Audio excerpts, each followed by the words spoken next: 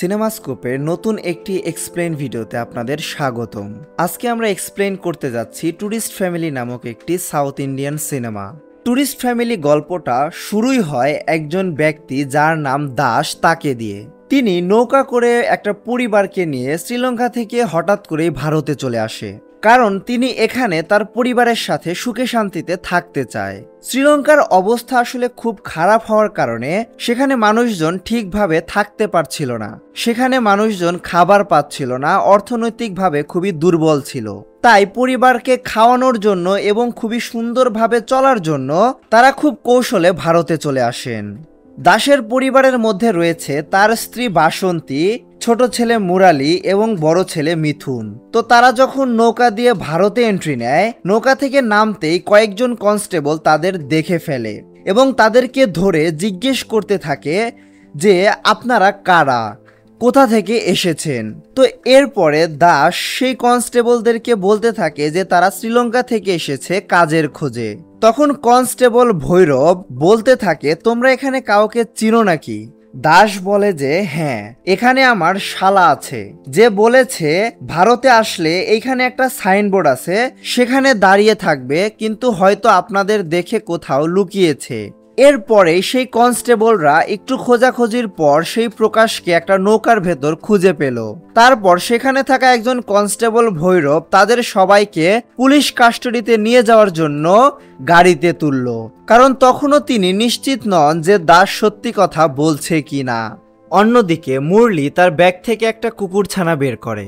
ভৈরব যখন তাকে ওই কুকুরছানা সম্পর্কে জিজ্ঞাসা করে, তখন সে বলে যে আমি এটা শ্রীলঙ্কা থেকে নিয়ে এসেছি। তার এই ভালোবাসা দেখে মনে হচ্ছে লোকগুলো মনে হয় ভালোই। তখন ভৈরব বলে ঠিক আছে, আমি তোমাদেরকে ছেড়ে দিলাম, কিন্তু কখনো কোনো খারাপ কাজ করবে না, আর কখনো কাউকে বলবেও না যে পুলিশ তোমাদেরকে ধরেছিল, তোমরা শান্তিতে বসবাস করো। একথা শুনে দাস ও তার পরিবার খুব খুশি হলো, আর ভৈরব তাদেরকে রাস্তায় নামিয়ে দিয়ে চলে গেল। সেই রাস্তায় নামিয়ে দেওয়ার পর আমরা জানতে পারি যে ওই কুকুরটা আসলে তাদের ছিলই না। মুরলি বাঁচার জন্য অভিনয় করে মিথ্যা কথা বলে কুকুরটাকে নিজেদের বানিয়েছে। এরপর প্রকাশ একটি গাড়ি ঠিক করে তাদের জন্য ঠিক করা ভাড়া বাড়িতে যাওয়ার জন্য। তারপর তারা যেতে যেতে দেখতে পায় এক মাতাল রাস্তার পাশে পড়ে আছে। দাস ভাবে যে হয়তো লোকটা জ্ঞান হারিয়েছে বা তার কোনো দুর্ঘটনায় কিছু একটা হয়েছে, তাই তখন তাকে সাথে সাথে জাগানোর চেষ্টা করে গাড়ি থেকে নেমে। প্রকাশ তখন বলে পাগল হয়েছ নাকি, এখানে এমন প্রায়ই মদ খেয়ে অনেকে পড়ে থাকে। তারপরেও দাস তাকে অ্যাম্বুলেন্সে খবর দিয়ে তাকে নিয়ে যেতে বলে। এরপর প্রকাশ তাদেরকে এক কলোনিতে নিয়ে যায়। এরপর দাসের শালা আবারও সতর্ক করে বলে দেয় দাসকে, তুমি কখনো কাউকে কিছু বলবে না যে তোমরা শ্রীলঙ্কা থেকে এসেছো, তা না হলে কিন্তু তোমরা ফেঁসে যাবে। মানুষের সাথে বেশি বেশি মিশবে না, কারণ এখানকার লোকজন অনেক বিপজ্জনক, তারা খুব সহজেই তোমাদেরকে চিনে ফেলবে এবং তোমাদেরকে ধরে ফেলে পুলিশে দিয়ে দেবে। তারপর তারা বাড়িতে ঢুকতেই বাড়িওয়ালা সেখানে প্রবেশ করে। তখন তারা দেখে অবাক হয়, কারণ তারা তখন ঘরে গিয়ে জানতে পারে যে একজন পুলিশ অফিসারের ঘরে তারা প্রবেশ করেছে এবং সেখানেই তারা বাড়ি ভাড়া করে থাকতে যাচ্ছে। তখন সবাই ভয় পেয়ে যায়, যদি সে তাদের আসল পরিচয় জেনে যায় তাহলে খুব বিপদ হয়ে যাবে। দাস অনেক চিন্তায় পড়ে যায়, কষ্ট করে ঘর পেলাম, তাও আবার পুলিশের ঘর, যদি সন্দেহ করে সবাইকে তাহলে জেলে নিয়ে যাবে এই পুলিশ অফিসারটি। সেই পুলিশ অফিসারটা আরো বলে, তোমাদের দেখে তো এখানকার বলে মনে হচ্ছে না, সত্যি করে বলো তো তোমরা এখানে কেন এসেছো। যখনই সত্যিটা বলতে যাবে তখন প্রকাশ ব্যাপারটা ঘুরিয়ে নেয় এবং বলে স্যার ওরা আসলে কেরালা থেকে এসেছে, তাই তামিলের মতো কথায় টান আছে, এখানে থাকলে পরিবেশের সাথে মানিয়ে নিলেই সব ঠিক হয়ে যাবে। তখন সেই পুলিশ অফিসারটা বিষয়টা এড়িয়ে যায় আর তাদেরকে তার বাড়িতে থাকার জন্য অনুমতি দিয়ে দেয়। অবশেষে দাস তার পরিবারকে নিয়ে সেই বাড়িতেই থাকা শুরু করে। পাশের বাড়িতে থাকা এক বৃদ্ধা মহিলা বাসন্তীর জন্য চা নাস্তা নিয়ে আসে। উদ্দেশ্য একটাই, তাদের সাথে বন্ধুত্ব করা, একসাথে মিলেমিশে থাকা। কিন্তু বাসন্তীর মনে পড়ে যায় সেই কথা যে প্রতিবেশীদের সাথে মিশবে না, তাহলে বিপদে পড়ে যাবে। এই কথাটা তার কানে বারে বারে বাজতে থাকে তার ভাই যে বলেছিল। এদিকে তার ছেলের ভালো লাগছে না, কারণ তাদের ভারতে আসার কারণে তার বন্ধুরা সবাই শ্রীলঙ্কাতে রয়ে গিয়েছে। তাই সে প্রায় পরিবারের সবার সাথে রাগারাগি করত, ঝগড়া করত যে তারা এই ভারতে কেন এসেছে।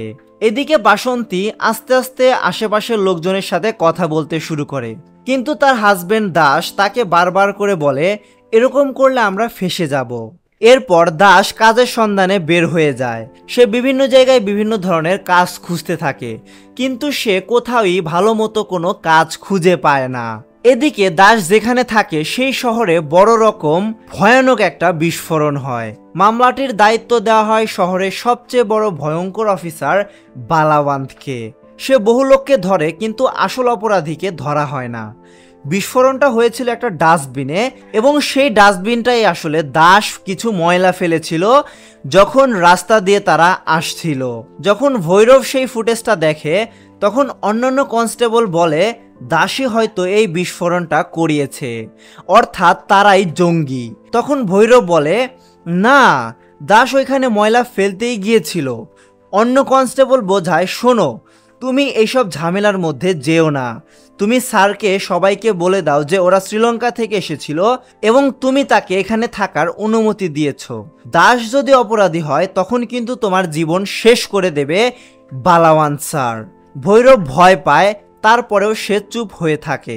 গল্পে দেখা যায় দাসের কলোনিতে একটা ছেলে আছে যে সবসময় মাতাল অবস্থায় থাকে। সে কারো সাথে তেমন একটা কথা বলে না, সে খুবই নিজের ভিতরে ইন্ট্রোভার্ট ভাবে বসবাস করে। তারপর প্রকাশ দাসকে আইডি কার্ডও বানিয়ে দেওয়ার কথা বলে যদি কোনো কাজে লাগে। তখন দাস বলে সব ঠিক আছে, কিন্তু আমার ড্রাইভিং লাইসেন্স চাই, কারণ ড্রাইভিং লাইসেন্স ছাড়া সে তো কোনো গাড়ি চালাতে পারবে না, আর অন্য কোনো কাজও সে পাচ্ছিল না। কলোনিতে একজন লোক আছে যে একজন ড্রাইভার খুঁজছিল এবং তার নাম হলো রিচার্ডসন। দাস তার বাড়িতে যায় এবং বলে আমাকে রাখেন, তাহলে আমার জন্য খুবই ভালো হবে, আমি গাড়ি চালানো ভালোই জানি। রিচার্ডসন বলে আমি তোমাকে ভালো বেতন দিব, কিন্তু আমার শর্ত আছে, আগামী 7 দিন ফ্রিতে আমার সাথে কাজ করতে হবে, আমি যেখানে যাব সেখানে নিয়ে যেতে হবে, যখন যা বলবো তাই করতে হবে, যদি ভালো লাগে তাহলেই তোমাকে রাখবো, আমার যদি তোমার কাজ ভালো না লাগে তাহলে এই 7 দিনের জন্য তুমি 1 টাকাও পাবে না। প্রকাশ বলে এই বুড়োটা অনেক খিটখিটে, কে জানে তোমাকে এই 7 দিন খাটিয়ে পরে তোমাকে তাড়িয়েই দেয় কিনা। দাস যখনই তার প্রস্তাব প্রত্যাখ্যান করবে এবং বলবে যে আমি আপনার কাজ করব না, তখনই সেই বাড়ির একজন কাজের লোক তাকে চা এনে দেন এবং সেই চাটা এনে দেয় কাগজের কাপে। তখন রিচার্ডসন বলে পরিবারের সবাই যেই কাপে চা খায় তুমি তাদেরকে সেই কাপেই চা দাও, তুমি তাদেরকে এই কাগজের কাপে চা কেন দিলে? দাসের এই কথা শুনে ভালো লাগে, তাই সে রাজি হয়ে যায় কাজ করার জন্য। বৃদ্ধার স্বামী বাসন্তীকে ডেকে সবকিছু তাদের সম্পর্কে খুলে বলে যে তাদের কিভাবে বিয়ে হয়েছিল, তারা কিভাবে এই শহরে এসেছে, কত বছর ধরে তারা একসাথে বসবাস করছে। তখন বাসন্তী সেই বৃদ্ধার স্বামীকে জিজ্ঞেস করে যে তাহলে তাদের আর পরিবার কোথায়? তখন বৃদ্ধার স্বামী বলে যে তারা পালিয়ে বিয়ে করার জন্য তাদের ফ্যামিলি তাদেরকে মেনে নেয়নি, এবং এরপরেই একদিন সেই বৃদ্ধ মহিলা হঠাৎ করে দেখে তার স্বামী কোনো নড়াচড়া করছে না, এবং সে খুব দ্রুত গিয়ে বাসন্তীকে ডেকে আনে এবং বাসন্তী সেই বৃদ্ধার স্বামীকে ডাকতে শুরু করে। এরপরে সেই বৃদ্ধার স্বামীটা ঠিক উঠে যায়, কিন্তু অন্য ঘরে গিয়ে দেখে সেই মহিলাটা আসলে মরে গিয়েছে। হয়তো তার স্বামীর দুঃখ কষ্ট সহ্য করতে না পেরে সে হার্ট অ্যাটাক করে মরে গিয়েছে। দাস কলোনির সব মানুষকে একত্রিত করে যাতে সেই মহিলার শেষকৃত্যে একসাথে সবাই কাজ করতে পারে। বৃদ্ধার স্বামী দাসকে ধন্যবাদ দিয়ে বলে তুমি একজন ভালো মানুষ, তুমি আসার পর সব বদলে গেছে, সবাই বদলে গেছে।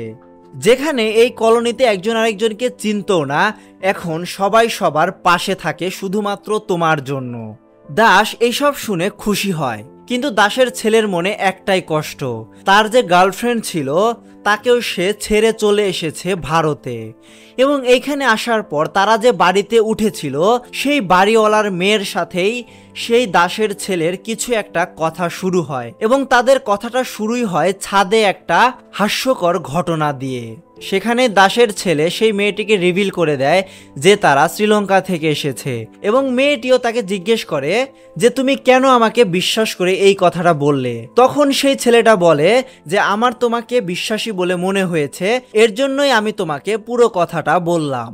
অন্যদিকে দাসের চাকরির 7 দিন কমপ্লিট হয়ে গিয়েছে এবং সে যায় রিচার্ডসনের কাছে, এবং রিচার্ডসন তাকে বলে যে তুমি কাজ থেকে বের হয়ে যাও, তোমার কাজ আমার ভালো লাগেনি। এই চাকরি না পাওয়ার জন্য সে বাড়িতে গিয়ে মদ খায় এবং বাড়িতে গিয়ে অনেক ঝামেলা করে, এবং এই ঝগড়াতে তার বড় ছেলের সাথে এক মুহূর্তে অনেক বাকবিতণ্ডা শুরু হয়। দাস তার বড় ছেলেকে বলে সে তাকে কেন অপছন্দ করে। সে বলে আমি আমার গার্লফ্রেন্ডকে ছেড়ে চলে এসেছি, আমি আমার বন্ধুদেরকে ছেড়ে চলে এসেছি শুধুমাত্র তোমার জন্য। সেখানে আমি পড়াশোনা করেছি, সেখানে আমি চাকরি বাকরি করতাম।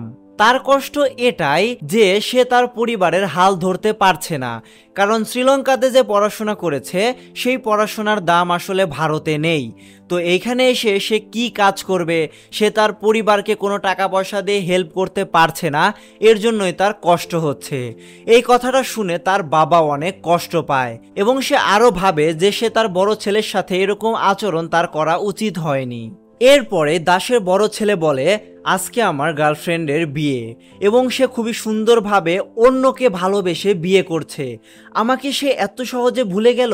এই জিনিসটার পরেই মুরলি আসে তাদের কাছে, এবং সে তাদের পুরো মহলটাই চেঞ্জ করে ফেলে। সে বলে আমরা এই গানটাতেই নাচবো, এই গানটাতেই আমরা উপভোগ করব, এবং তারা সবাই মিলে এই গানটাতে নাচা শুরু করে, এবং এই দৃশ্যটাই ছিল এই সিনেমার সবচেয়ে ভালো দৃশ্য।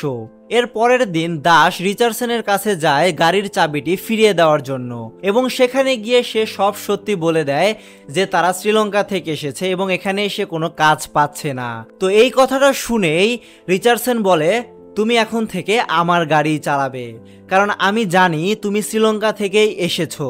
তুমি আমাকে সত্যি না বলার জন্য আমি তোমাকে চাকরি থেকে বের করে দিয়েছিলাম, তুমি যেহেতু আমাকে সত্যি কথাটা বলেছো এর জন্যই আমি তোমাকে চাকরিতে রেখে দিলাম।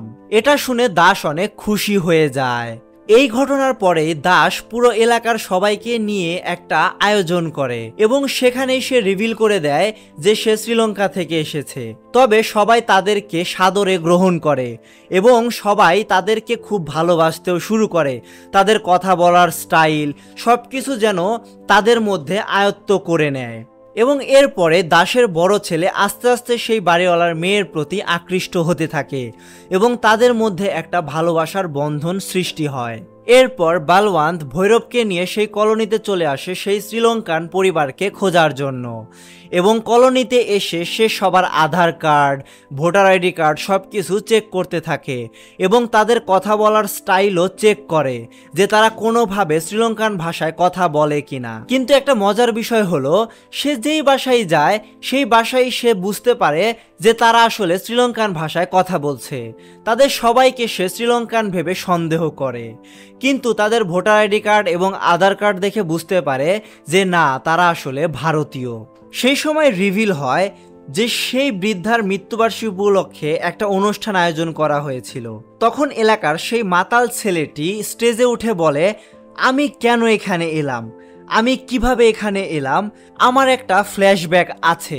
শুধু একমাত্র এই দাসী আমার মনের কথা জানতে চেয়েছে এবং আমার খেয়াল রেখেছে। তার মা আস্তে আস্তে সবকিছু ভুলে যাচ্ছিল, এবং একদিন এসে দেখে সে তার ছেলেকেই আর চিনতে পারছে না, এবং এই দুঃখ কষ্টটাকে ভোলার জন্যই সে মদ খাওয়া শুরু করে। দাস আসার পরেই সব জিনিস আসলে পাল্টে যায়।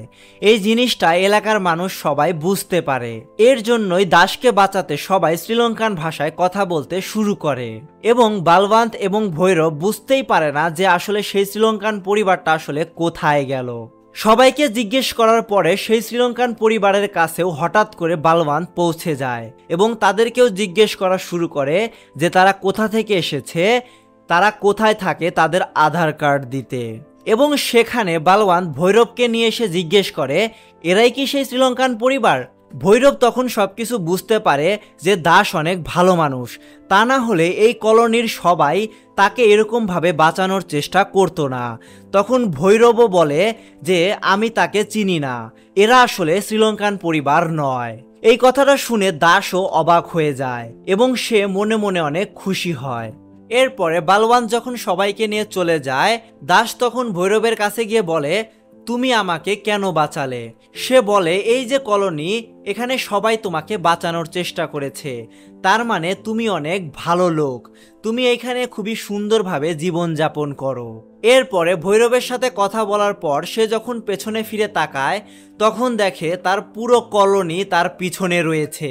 এটা দেখে দাস অনেক খুশি হয় এবং তার ছোট ছেলের ফেলে দেওয়া সেই কুকুরটিও আবার সে ফিরে পায় এবং তার চোখে সুখে কান্নায় পানি চলে আসে এবং সে আস্তে আস্তে আবার কলোনির দিকে হাঁটা শুরু করে।